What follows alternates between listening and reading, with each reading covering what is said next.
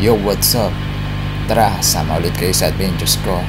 This time, Mindanao, Davao Region, Surigao del Sur.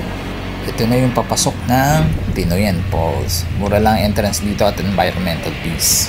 And maraming souvenir shop para sa mga souvenir junkies na tulad ko.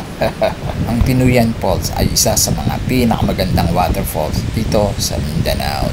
Para siyang puting kortina sa gitna ng kagubatan ng Surigao. Ganon. Bango ng hangin galing sa mga halaman at punong kahoy na nakapaligid dito. Ito naman yung unang palapag ng falls. Tatlo kasi yan patong-patong. Ayan naman yung tulay papunta dun sa kabilang side kung saan pwede mo siyang pagmasdan ng harapan. Ito yung papasok. Bandang gitna, viewing area rin yan. Pwede kayong mag-picnic dyan. Meron silang tables and chairs at tent just in case na umulan. Sabi ng mga lokal, maganda raw puntahan to sa umaga kasi may baghari. Paano kung nabasa kayo?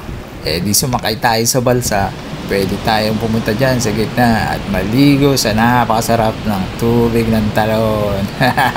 Sandali lang, meron pa. Pwede rin kayo mag-trekking. May safe na daan dyan papunta sa taas, overlooking ang kagandahan ng Tinoyan Waterfall. Ang ganda, di ba?